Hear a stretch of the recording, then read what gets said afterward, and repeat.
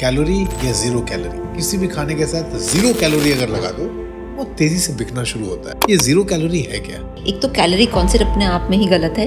Chemical वाला sugar डाल के, क्योंकि उसमें तो कैलोरी नहीं है, वो आपको बना के खिलाएंगे। तो आज की जो यंग जनरेशन ये जो अलग अलग डिफरेंशिएट कर रही है वेस्टर्न फूड और इंडियन फूड, सही है ये करना?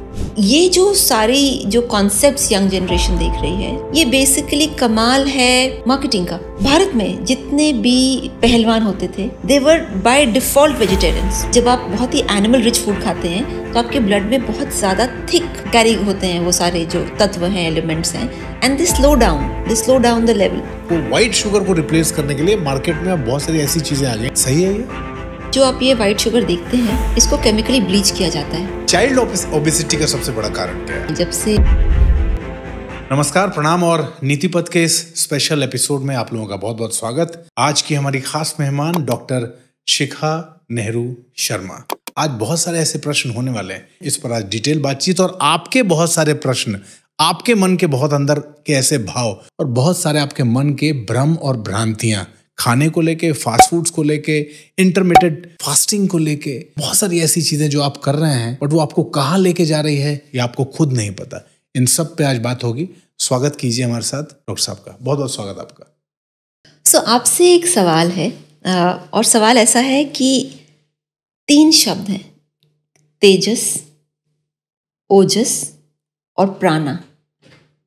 तो आप इनको कैसे डिफाइन करेंगे, तेजस को, ओजस को, प्राणा को? मेरे लिए तेजस और ओजस बहुत अलग अलग शब्द नहीं है, बट हम शुरू से मैम पढ़ते आए हैं कि तेज मतलब, कहते हैं आपके चेहरे का तेज, आप की जो आभा है, आपकी जो चमक है, वो कई बार आप कहीं जब पहुंचते हैं तो पहला शब्द जो आपसे लोग आपको देख के कहते हैं कि आपके चेहरे पे बहुत तेज है, आपके ललाट पे वो तेज दिखता है। तो तेज तो मेरे लिए ये है जो आपके व्यक्तित्व के तेज को प्रकट करता है। ओजस्वी का मतलब मैं बहुत क्लियर नहीं हूं, बट तेज और तेजस्वी होना और ओजस्वी होना, ओजस्वी शायद मेरे हिसाब से कि आप कितने होनहार हैं, आप कितने ओजस्वी क्या कहूं, शायद यशस्वी और ओजस्वी शायद एक ही तरह के शब्द हैं। और तीसरा आपने क्या कहा मैम? प्राण। प्राण मतलब शरीर में जो आपका प्राण, आपका जीवन, ये जो आपका, तो कहते हैं ना आपके शरीर में, आपका शरीर एक जीवित शरीर तभी है जब उसके अंदर प्राण है। तो मैं इन तीनों को तो ऐसे ही समझता हूँ जी। अब जैसे ये शब्द मुझे बहुत अच्छे लगे, क्योंकि बचपन से आप कई बार सुनते हैं, कोई कहता है तेजस्वी भव, कहते हैं ना।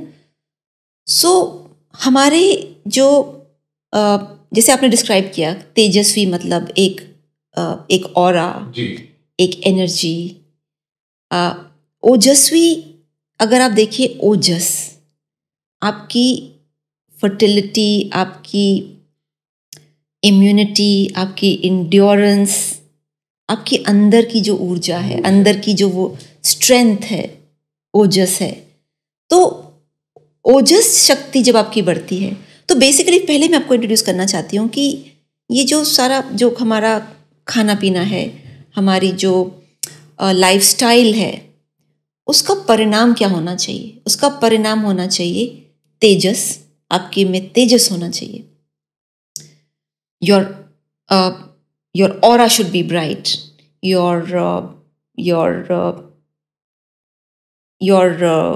your word should be clear, your brain should have clarity, आपकी आंखों में क्लैरिटी होनी चाहिए। So that is all तेज। तो this is one of the fundamental desired outcomes of a good lifestyle and nutrition। दूसरा है ओजस, की आपकी फर्टिलिटी हाई होनी चाहिए, आपकी इंड्योरेंस हाई होनी चाहिए, आपकी इम्यूनिटी हाई होनी चाहिए। यानी आप जो एनवायरमेंटल, अगर कोई आप कह सकते हैं डिफ़िकल्ट चैलेंजिंग सिचुएशंस हैं, चाहे वो इमोशनल हैं, चाहे वो फिजिकल हैं, चाहे वो जैसे भी हैं, उसको बेयर करने की शक्ति ओजस। तो एंड ओजस जिनका अच्छा होता है तो उनका डीएनए आगे वो अच्छा देते हैं, strong DNA they pass on, strong immunity they have. सब तो बीमार नहीं पड़ते, वायरस तो घूम रहा है। तीसरा है प्राणिक शक्ति। प्राणिक शक्ति जो होती है आपकी लाइफ एनर्जी है। और हॉस्पिटल्स में आम देखा गया है कि सेम पेशेंट है, सेम मतलब सर्जरी हुई है, बट जिसमें रिजॉल्व होता है, जिसमें वो एक लाइफ एनर्जी में स्ट्रांग होती है, वो रिकवर बहुत फास्ट करता है, वो एकदम कोमा से भी निकल आता है।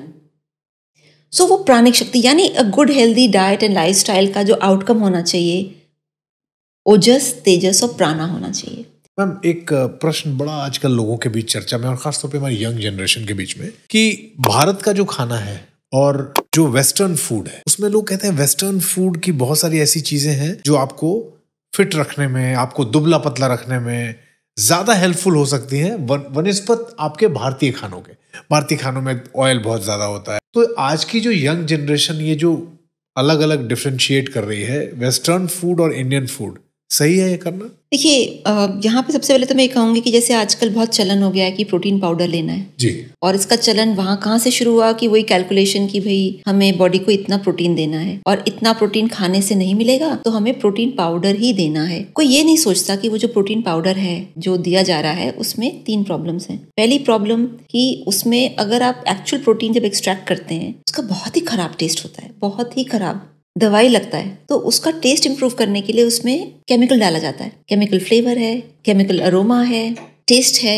फिर उसको डब्बे में डालने के लिए प्रिजर्वेटिव चाहिए, एक और केमिकल उसमें ऐड होता है। और फिर ये सो कॉल्ड जो प्रोटीन पाउडर जो मार्केट में जाता है, इसमें जब हम किसी भी खाने को डाइजेस्ट करना हमें है सपोज, तो उसमें सिनर्जिस्टिक मॉलिक्यूल्स भी होते हैं जिसको फ्रेंड्स कहते हैं कि भाई अगर आपको ये खाना है तो इसके साथ अगर आप ये खाएं तो ये डाइजेस्ट बेटर होता है जी।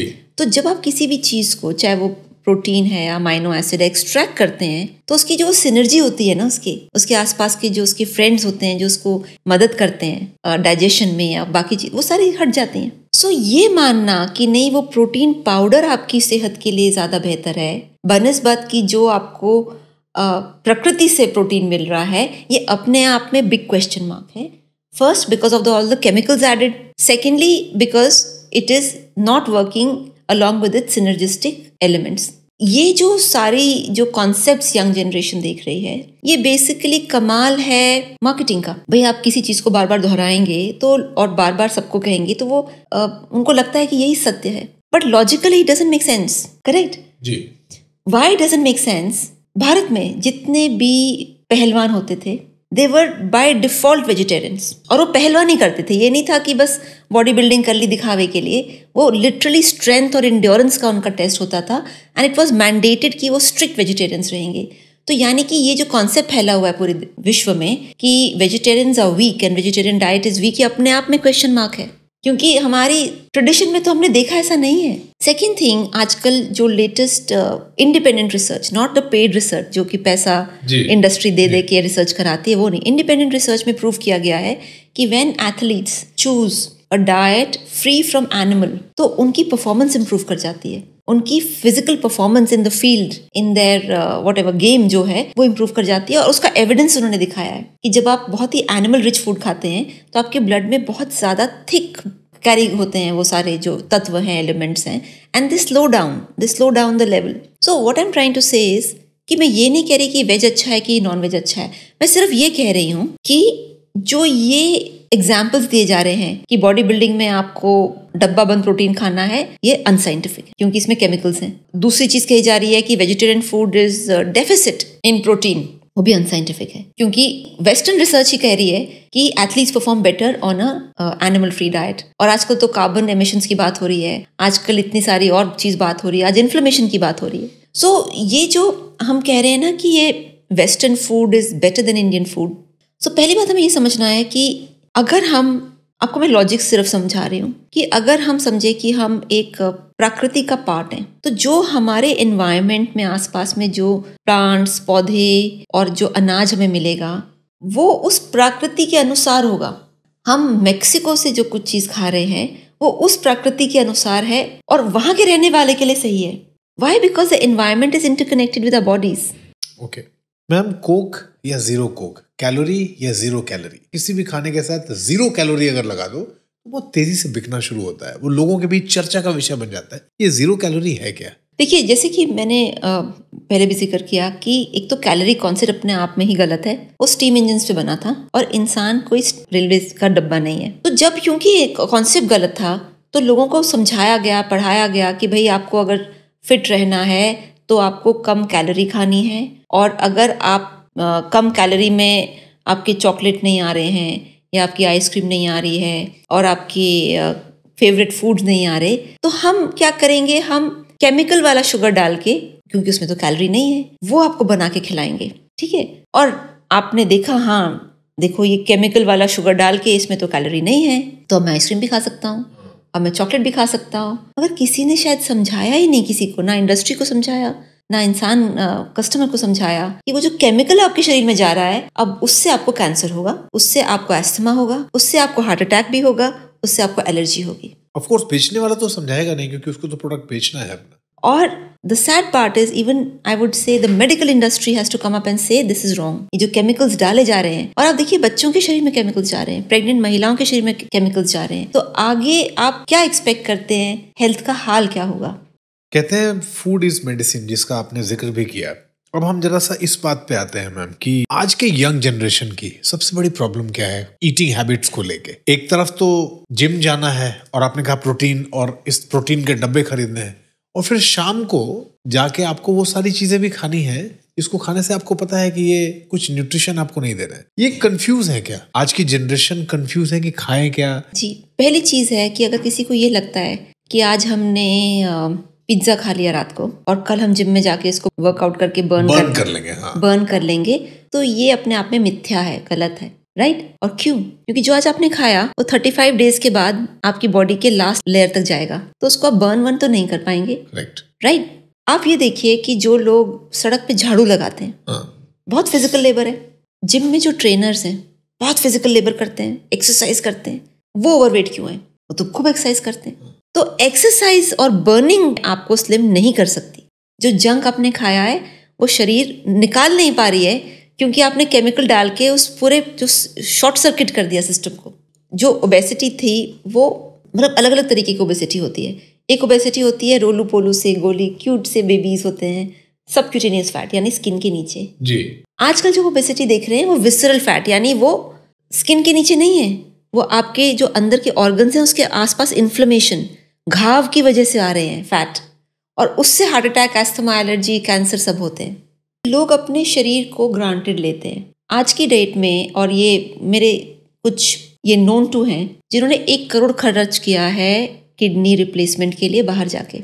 सस्ता भी कराएंगे तो 50 लाख की तो किडनी है एक, तो यानी पूरा शरीर 5 करोड़ तक तो है ही। तो उस 5 करोड़ के खूबसूरत शरीर में हम डाल क्या रहे हैं, ये हमें सोचना है। ये हमें सोचना है। शुगर को लेके आप क्या बताएंगे? कितना शुगर, कब और कितना लें, कैसे लें, ये बड़ा इंपॉर्टेंट है जान, क्योंकि आजकल ब्राउन शुगर के नाम पे आप चीनी नहीं पीते, आप चाय में ब्राउन शुगर पीते हैं। व्हाइट शुगर को रिप्लेस करने के लिए मार्केट में अब बहुत सारी ऐसी चीजें आ गई हैं जिसको कहा जाता है नहीं व्हाइट शुगर मत लीजिए, ये ब्राउन वाला लीजिए, ये ठीक है।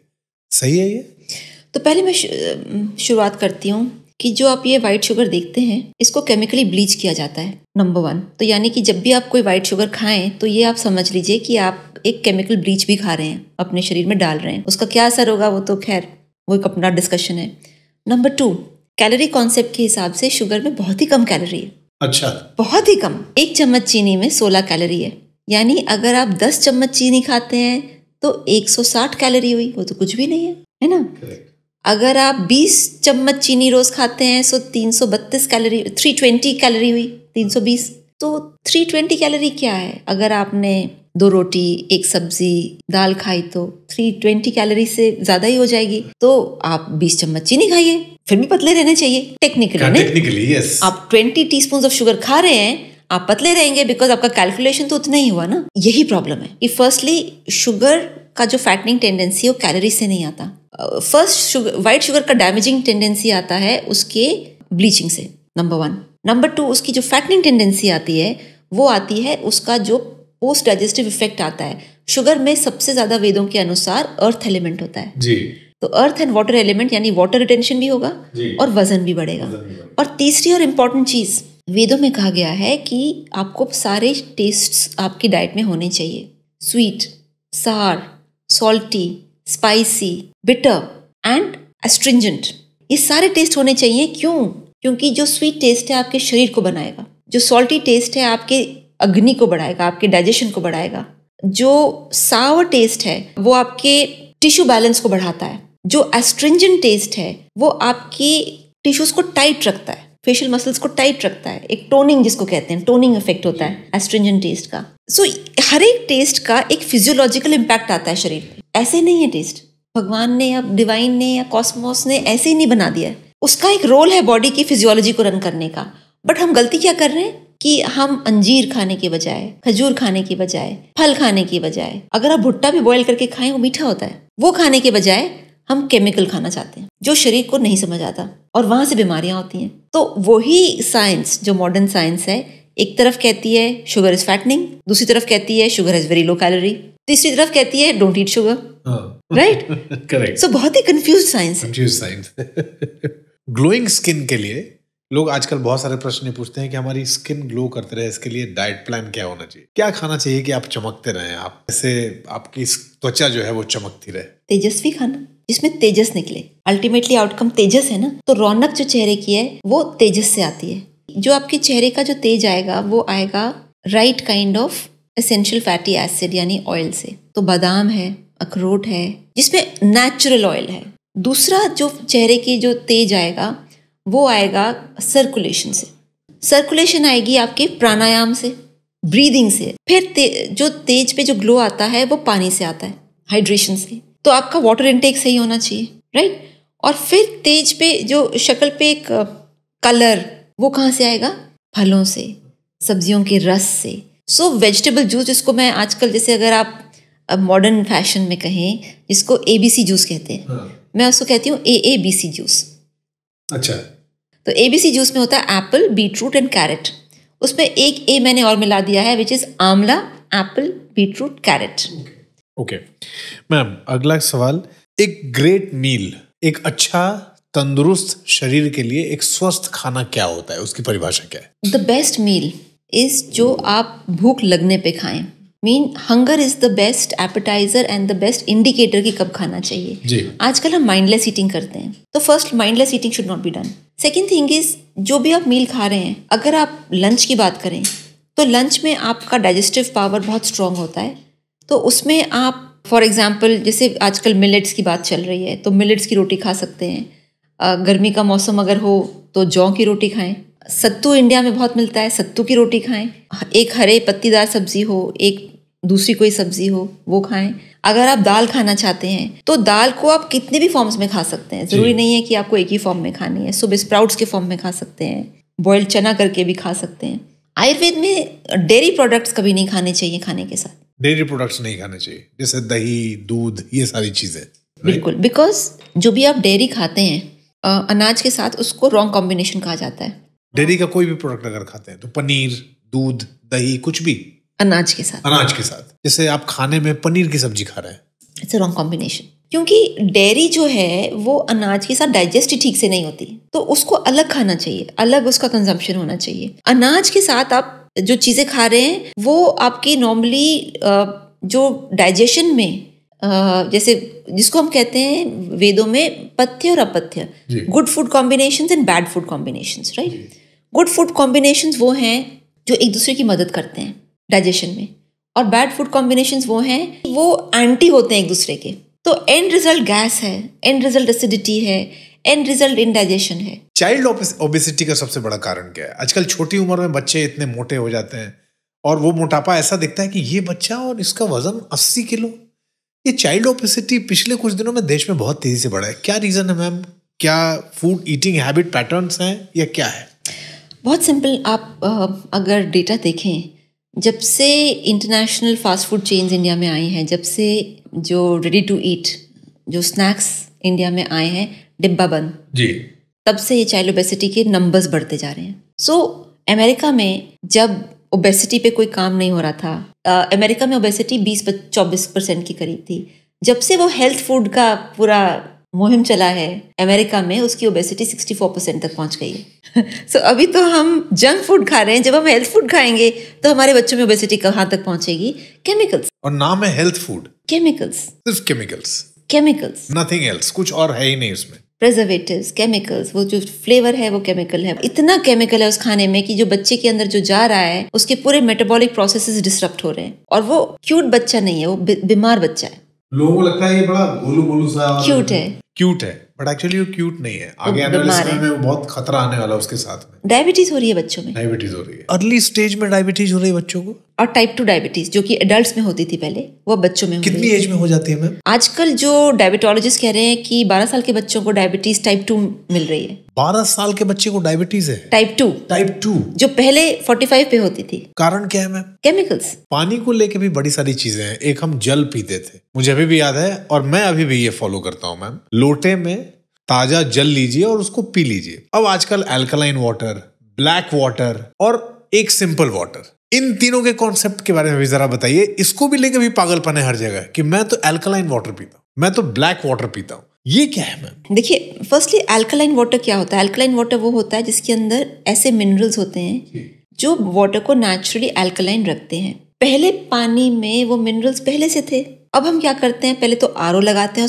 उसमें से वो अल्कलाइन चीज निकाल देते हैं, फिर उसमें हम क्लीनिंग के लिए केमिकल्स पीछे से आते हैं जी, जो क्लोराइड्स होते हैं या इस तरह के केमिकल्स होते हैं। तो यानी जो आपका सप्लाई का पानी है वो ऑलरेडी पहले तो केमिकली ट्रीटेड है, तो वैसे ही एसिडिक होता जा रहा है। फिर हमने आरओ की मशीन लगा दी, तो जो रहे सही मिनरल्स थे जो उसको अल्कलाइन थोड़ा रख रहे थे वो भी हटा दिया। अब वो एसिडिक वाटर हम पी रहे हैं पैसे दे के, मशीन लगा के, और उसके बाद फिर पैसे दे के फिर हम अल्कलाइन वाटर खरीद रहे हैं। तो यानी दोनों तरफ हम पैसे ही दे रहे हैं। रात का खाना कहते हैं लोग कि लाइट खाना चाहिए, और लाइट खाने के नाम पे लोग कई बार सिर्फ सैलड्स खा लेते हैं, और ये बड़ा फ्लॉन्ट करते हैं इसको लोग कि रात को तो मैं सिर्फ सैलड्स खा के सोता हूँ। आपके हिसाब से रात का एक उपयुक्त भोजन एक व्यक्ति के लिए, एक परिवार के लिए क्या होना चाहिए? देखिए, सबसे पहले इधर मैं एक छोटी सी चीज बताना चाहती हूँ। सूर्यास्त के टाइम खाने से वेट लॉस में इंप्रूवमेंट क्यों है? तो उसका मुझे सीधा जो आंसर मिला कि जो हमारी मेटाबॉलिज्म होती है वो सूर्यास्त के बाद एक सर्कैडियन रिदम, यानी सूर्य से जो रिदम हमारी शरीर की जुड़ी है जी, उससे कोरिलेटेड है जी। आफ्टर सनसेट हमारी सर्कैडियन रिदम स्लो डाउन करती है, हमें डाइजेस्टिव यानी एक्टिव प्रोसेस की बजाय उसको रीजेनरेशन और रिपेयर वर्क में चली जाती है। तो अब अगर ढेर सारा खाना रात को खा लें, चाहे पूरे दिन कुछ ना खाया, तो जब आपकी बॉडी रिपेयर में जाना चाहती है, रेस्ट में जाना चाहती है, हर एक टिश्यू को रिपेयर करने के लिए बॉडी की एनर्जी जाना चाहती है, आप उसको डाइजेशन में लगा रहे हैं और पूरी ब्लड सप्लाई अब आपकी स्टमक में जा रही है। तो रिपेयर कैसे होगा? सारी चीज़ें ठीक कैसे होंगी? तो रात का खाना आपका जैसे सूप्स हैं, सॉटेड वेजिटेबल्स हैं, या अगर सपोज आपको हल्की खिचड़ी खानी है वो सब खा लीजिए। खिचड़ी भी आई वुड से कि हल्की फुल्की खाइए, बट सूप्स हैं, वेजिटेबल्स हैं, मतलब कुक्ड फूड है, सॉटेड वेजिटेबल्स हैं, उस तरह का खाना खाइए, हल्का खाइए, और सूर्यास्त के टाइम खा लिया तो बहुत बढ़िया है। But salad is not really recommended technically जी। सैलेड आपको ड्यूरिंग डे लाइट आवर्स ही खाना चाहिए, not after sunset, because digestion अच्छा नहीं होता। सैलेड में वात एलिमेंट बहुत ज्यादा है, वायु एलिमेंट बहुत ज्यादा है। तो बट प्रकृति टू प्रकृति फर्क भी पड़ता है कि भाई जो पित्त प्रकृति के हो सकता है उन्हें इतना फर्क ना पड़े, पर जो वात प्रकृति के हैं, एयर नेचर के हैं, उन्हें ज्यादा गैसी हो जाए। तो इसीलिए well cooked light meals should be eaten during this time, ये सूर्यास्त का जो टाइम है। और डेफिनेटली 9 बजे के बाद तो खाना बिल्कुल नहीं खाना चाहिए। 9 बजे के बाद खाना नहीं खाना।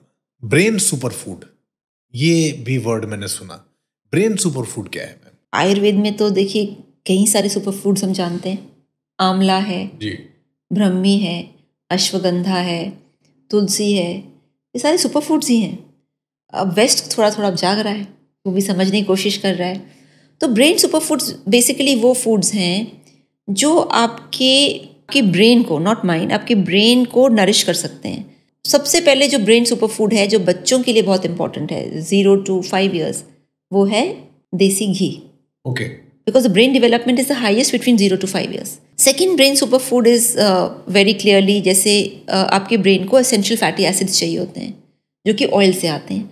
बादाम, अखरोट, ये जितने भी ऑयल सीड्स हैं ये आपके ब्रेन सुपर फूड में ही आते हैं। तीसरी चीज़ है ब्रेन की फंक्शनैलिटी को इम्प्रूव करने में जो वेदों में कई हर्ब्स का जिक्र है, जैसे ब्रह्मी है, अश्वगंधा है। See but these herbs are not like medicine. तो आयुर्वेद को समझने के लिए सबसे बड़ी चीज़ जो ये समझनी है हमें कि जो हर्ब्स हैं वो आपकी फंक्शनैलिटी को इम्प्रूव करती हैं, वो आपकी दवाई नहीं है। मतलब what I am trying to say, अगर आपको नींद नहीं आई, आपने अश्वगंधा खा ली और आप वेट कर रहे हैं अब जल्दी नींद आएगी, ऐसा नहीं होगा। सो आपको जो ब्रेन की जो बेसिक हाइजीन फैक्टर्स हैं, ये एसेंशियल फैटी एसिड्स आपकी डाइट में होने चाहिए, आपकी डाइट में एंटीऑक्सीडेंट रिच फ्रूट्स होने चाहिए। आजकल बात करते हैं गट ब्रेन एक्सेस की, कि आपका जो इंटेस्टाइन है वो आपके दिमाग से जुड़ा हुआ है। पेट है आपका, वो आपका सुपर कंप्यूटर है। इसे हम स्कैन करते हैं ना जी, तो वो सुपर कंप्यूटर हर खाने को स्कैन कर रहा है, उसका पढ़ के अपनी बॉडी को समझा रहा है कि भाई ये खाने में ये हो सकता है, इम्यूनिटी तैयार रखो। अब बाहर का खाना लोगों को कितना नुकसान पहुंचा रहा है मैम? रेस्टोरेंट का खाना, फास्ट फूड खाना, ये कितना घातक और जानलेवा हो गया आज के समय में परिवारों के लिए, बच्चों के लिए। हम सब जानते हैं कि रेस्टोरेंट का जो खाना होता है आपकी हेल्थ के लिए नहीं है, आपके स्वाद के लिए। तो उसमें आप क्या क्या डाल रहे हैं, आप बेसिकली एक एडिक्शन के लिए वो खाना है। फूड इज आई वुड से food is the most legitimate addiction, जिसको कोई क्वेश्चन नहीं करता। आज के खाने में अब मैं ज़रा एक इससे अगला प्रश्न जो मेरे कौतूहल का है वो ये कि आज के खाने को लेके लोगों के मन में बहुत सारे सवाल भी हैं और लोग उन सवालों का खुद ही जवाब भी दे देते हैं। आपने ये मंगाया, अरे ठीक है ना, चलता है ना, हफ्ते में एक ही दिन खा रहे हैं ना। ये अपना ही खुद से ये जवाब देके आदमी को संतुष्ट करते हैं, अरे हफ्ते में एक ही दिन तो खा रहा है, ठीक है। क्या होता है ना कि जब तक आप अवेकन नहीं होते, बट जिस दिन हार्ट अटैक होता है, जिस दिन आपको रियलाइजेशन होती है ये सेंसरी एडिक्शन मुझे ले डूबेगी, उस दिन इंसान अपने आप ही जाग जाता है। और इंटरनेट इतनी खूबसूरत जगह है कि उसमें आपको दोनों चीज़ें मिल जाएंगी। तो आजकल क्या है कि जस्टिफिकेशन हर चीज़ की मौजूद है, बट आपकी जो अंदर की कॉन्शियंस है, अंदर की आत्मा है, अंदर की विजडम है, वो तो आपको बताता ही है ना कि क्या सही है क्या गलत है। उसमें आपको डॉक्टर की भी ज़रूरत नहीं है। खाना कभी भी मंगा लेना, रात के 2 बजे भी, सुबह के 3 बजे भी, सुबह के 4 बजे भी। अब ये फैशन है, क्योंकि आपको पता है बहुत सारे ऐप्स हैं और हर आदमी आपके दरवाजे तक खाना पहुंचा के जा रहा है। अब आपकी वो समस्या भी खत्म हो गई कि आपको बनाना है। ये हैबिट्स किस खतरे की तरफ लेके जा रही है? एक ही खतरा है, यमराज, और यमराज से पहले हॉस्पिटल। लोग कहते हैं कि बालों की तंदुरुस्ती के लिए क्या करना चाहिए? देखिए, अगर हम बालों की बात करें तो जो बाल हैं एक ट्रिकी सब्जेक्ट है और इस पे काफ़ी इंडस्ट्रीज ने खूब पैसा बनाया, आज से नहीं 100 साल से। क्यों? बिकॉज फीमेल्स की बात करें तो जेनेटिकली ईस्ट्रोजन जो होता है वो आपके बालों को घना बनाता है, लस्ट्रस बनाता है। जैसे जैसे ईस्ट्रोजन शरीर में कम होता है लेडीज़ के मेनोपॉज में, वैसे वैसे उनके बाल हल्के और झड़ते हैं और ड्राई हो जाते हैं, ब्रिटल हो जाते हैं। तो अगर हम कुछ चीज़ों को मद्देनजर रखें कि भाई उम्र के अनुसार आपके बाल अच्छे नहीं हैं, क्वाइट नेचुरली आपके कोई डेफिशिएंसी हो रही है। अगर आप गलत तरीके के केमिकल्स वाले फूड खा रहे हैं तो नेचुरली आपकी बॉडी बालों में प्रोटीन्स की भी डेफिशिएंसी होगी, फैट्स की भी डेफिशिएंसी होगी और एसिड बनेगा, डैंड्रफ बनेगा, राइट। तो नॉर्मली कहा जाता है, तो मैं आपको सिंपल बता देती हूँ कि रात को त्रिफला खाना वो एक सुपर फूड माना जाता है आयुर्वेद में। इसी तरीके से अगर आप वेजिटेबल जूसेस पिएं, जैसे मैंने आपको बताया, रोज एक मुट्ठी सीड्स खाएं, तो सीड से आपको जिंक मिलेगा, फास्फोरस मिलेगा, प्रोटीन मिलेगा। चिया सीड्स हैं, तिल सीड, बहुत से सीड्स हैं आजकल। तो फिर जो बालों को आप बहुत हार्श शैम्पू से मत वॉश कीजिए। देन इट इज़ इम्पॉर्टेंट कि उनको बहुत ज़्यादा आप कलरिंग ट्रीटमेंट्स थोड़ा कम कीजिए, बिकॉज डैमेज मत कीजिए रूट्स को। नाउ जिसको हम कहते हैं मेन में बॉल्डिंग, वो जेनेटिक है जी, उस पे लोग खूब पैसा बनाते हैं। That is genetic, that can not be changed, right. हाँ, अगर कोई ऐसा लड़का है 22 साल का है, उसके एकदम से बाल झड़ रहे हैं, तो उस केस में उसकी डाइट रिस्पॉन्सिबल है। उसकी डाइट में एसिड बन गया और वो जैसे ही बॉडी में एसिड बढ़ेगा बाल झड़ेंगे। महिलाओं में पीरियड्स का उनकी ईटिंग हैबिट्स, ईटिंग पैटर्न से कितना कनेक्शन है? टोटल कनेक्शन है, क्योंकि महिलाओं की जो पीरियड्स चेंज होते हैं, मतलब पीरियड्स होते हैं, उसमें आपके हार्मोन्स चेंज हो रहे हैं, ठीक है। जब आपके हार्मोन्स चेंज हो रहे हैं तो हार्मोन्स के साथ साथ आपकी बॉडी में वाटर लेवल्स चेंज हो रहे हैं और आपको उसको बैलेंस करने का आपने कोई रेजीम नहीं बनाया। जैसे नॉर्मली क्या बैलेंस करने का रेजीम क्या होता था? ब्रेथ वर्क, योगासन, देन हैविंग नेचुरल फूड्स। अब आपकी बॉडी ऑलरेडी इम्बैलेंस में जा रही है, उसमें या तो पित्त बढ़ा हुआ है, जैसे पित्त बढ़ता है तो विमेन के पीरियड्स में हेवी पीरियड्स होते हैं, क्लॉट्स बनते हैं। वात बढ़ता है तो पीरियड हेवी नहीं है मगर पेनफुल है। तो ये आपकी जब बॉडी की खाने पीने और लाइफस्टाइल से जब आपकी बॉडी की एनर्जी चेंज हो गई है, इम्बैलेंस आ गया है, तो आपको उसी तरह के पीरियड्स में चेंज आएगा। और जो ये क्रेविंग की बात करते हैं, इसका सीधे सीधे सीधे आपका जो कोरिलेशन है आपके गट बायोम से। आपको पता है आपकी इंटेस्टाइन में कॉलोनीज हैं बैक्टीरिया की जो आपके दोस्त हैं जी। It is the DNA of those bacteria is more than the DNA of the human body. जब हम जंक फूड खाते हैं, जब हम केमिकल फूड खाते हैं, हम उस पूरी कॉलोनी को डिस्ट्रॉय करते हैं, चेंज कर देते हैं, और फिर ये क्रेविंग शुरू होती है, फिर ये डिप्रेशन शुरू होता है, फिर ये बहुत सी चीज़ें शुरू हो जाती हैं। पहले हम लोग हंसते थे, सात्विक डाइट, राजसिक डाइट, क्या बेकार की चीज़ें बात करते हैं। This is I am telling not far away, मतलब 15-16 ईयर्स बैक जब मैंने पढ़ा सात्विक, राजसिक, तामसिक खाना, तब लोग हंसते थे, क्या पता नहीं स्पिरिचुअल चीज़ें बातें हो रही हैं। आज में हम क्या बात करते हैं, gut brain access, serotonin in the food. भाषा बदल गई है, कॉन्सेप्ट तो वही है। सोने के लिए बेहतर एक अच्छी नींद, गहरी नींद और एक साउंड स्लीप कहते हैं, उसके लिए क्या करना चाहिए? बहुत सारी चीज़ें, जैसे for example the first thing I would say is कि exercise. We have to exercise to get a good sleep. अगर हम एक्सरसाइज नहीं करेंगे तो जो हमारी तनाव हैं वो बॉडी में जमा रहते हैं, वो सोने नहीं देते। Second thing which is very important is कि 6 बजे के बाद स्ट्रॉन्ग टीज एंड कॉफ़ीज़ को थोड़ा सा कम करें, बिकॉज आजकल लोग 12-13 कप चाय कॉफ़ी पीते हैं, राइट? सो वो एक स्टिमुलेंट है, तो it is not recommended. Next thing I would say is खूब पानी पिएं, बट रात को नहीं, दिन में, because it will balance your hydration, your blood, your circulation, detoxify. Then I would say कि रात का खाना हल्का खाएं। रात को अगर आप कैमोमाइल या जैस्मीन, जो हर्बल फ्लावर का इन्फ्यूजन है, गर्म पानी में डाल के, मतलब गर्म उबलते पानी में, अब हर्बल आजकल मिलते हैं ये इन्फ्यूजन्स टी बैग्स के फॉर्म में, उसको भी पी सकते हैं। That is also very good. And finally I would से, जो सब जानते ही हैं, उसमें मुझे कहने की ज़रूरत नहीं है, कि अपने फ़ोन को, अपने डिवाइसेस को स्विच ऑफ ही कर दें, बिकॉज अदरवाइज वो रात को जो मैसेजेस बजते रहते हैं, subconsciously it affects our REM sleep, जो हमारी डीप स्लीप होती है, जो हीलिंग स्लीप होती है, it affects the REM sleep. Intermittent fasting, ये वर्ड भी बहुत तेजी से ट्रेंड में आया, और आप हर किसी से मिलते हैं तो मैं इंटरमिटेंट फास्टिंग पे हूँ। इंटरमिटेंट फास्टिंग जो है, ये शरीर के लिए ठीक है, करना चाहिए, नहीं करना चाहिए? और उसके बाद इसी प्रश्न का दूसरा हिस्सा ये है, फास्टिंग क्या शरीर को हेल्दी बना के रखता है? सो देखिए, ये जो पूरा फास्टिंग का जो कॉन्सेप्ट है, ये भी वेदों से आया है, क्योंकि वेदों में फास्टिंग की एक प्रक्रिया थी, एक प्रोसेस था, और उसको एक तरीके से किया जाता था। ये इंटरमिटेंट फास्टिंग वेस्ट ने नई नई डिस्कवर करी है, बट जैसे अभिमन्यु का वो चक्रव्यूह था, आधा समझा आधा नहीं समझा। क्यों? क्योंकि उन्होंने फास्टिंग तो समझा दिया कि भाई आप 12 घंटे कुछ नहीं खाएंगे, बॉडी को रेस्ट देंगे, बट फास्ट को ब्रेक कैसे करेंगे ये नहीं समझाया। तो अब चक्रव्यूह में घुस तो रहे हैं, निकलेंगे कैसे? और क्या करते हैं लोग फास्टिंग को ब्रेक करने के लिए? Coffee, pizza, white bread sandwiches, biryani. तो लोगों ने क्या किया है इस फास्टिंग का, कि उनको ये समझ आ गया कि भाई मुझे अगर अपने पसंद के खाने खाने हैं, चाहे वो बिरयानी हो, चाहे वो पिज्ज़ा हो, चाहे वो समोसा हो, तो मैं इस विंडो में खा सकता हूँ, और बाकी टाइम नहीं खाना खाऊंगा, तो मैं इंटरमिटेंट फास्टिंग कर रहा हूँ। उनको ये समझ नहीं है कि जब आप बॉडी को इंटरमिटेंट फास्टिंग में डालते हैं इंटरमिटेंट या व्हाटएवर, तो जब बॉडी उससे बाहर निकलती है तो वो एसिडिक हो चुकी है। उस समय आप उस फास्ट को ब्रेक करने का तरीका है, कोकोनट वाटर है, खजूर है, अंजीर है, उससे आप ब्रेक करते हैं। या अगर आप सपोज कोई वेट लॉस के लिए कर रहे हैं, तो कम से कम आप कोकोनट वाटर और कोई हल्का फल खाएंगे पहले, और फिर आप नॉर्मल खाना खाएंगे।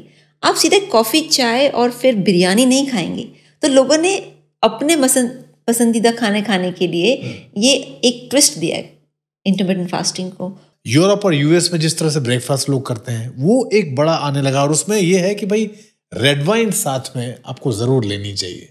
और वो आप घरों में ऐसे बहुत सिस्टम में हो गया है कि जो शराब नहीं भी पीता, उसको ये दलील देके कि भाई वहाँ के ब्रेकफास्ट में या वहाँ के डिनर में तो लोग रेड वाइन ज़रूर लेते हैं, तो हमें भी लेना चाहिए। ये नकल की आदत हमें कहाँ लेके जा रही है? देखिए, ये जो नकल की आदत का जो कारण है, वो 2-3 साइकोलॉजी है उसके पीछे। पहली साइकोलॉजी तो बहुत सिंपल है, जिसको हम कहते हैं वेस्ट की सॉफ्ट पावर। वेस्ट की जितने भी, क्योंकि इंटरनेट स्ट्रीमिंग शुरू हो गई है, उनके सीरियल्स हम देखते हैं, उनकी मूवीज़ हम देखते हैं, खूबसूरत स्लिम ट्रिम लोग देखते हैं और वो ये सब खाते हुए देखते हैं, तो हमें लगता है कि शायद ये सब खाने से हम वो बन जाएंगे, right, which is not true because obesity in America is very high. ऐसे लोग अमेरिका में नॉर्मल इंसान ऐसा नहीं है जैसे वो फिल्मों में दिखता है. नंबर 1. नंबर 2, आई थिंक अब तो धीरे धीरे शायद बदलाव आ रहा है, बट इंडिया में इतने सालों से, कितने हंड्रेड्स ऑफ इयर्स से हमारी जो लिटरली जो एक साइंस है, जो हमारी रिसर्च है, जो हमारे जो रिच साइंटिफिक ट्रेडिशंस हैं, उनको ख़त्म कर दिया गया था.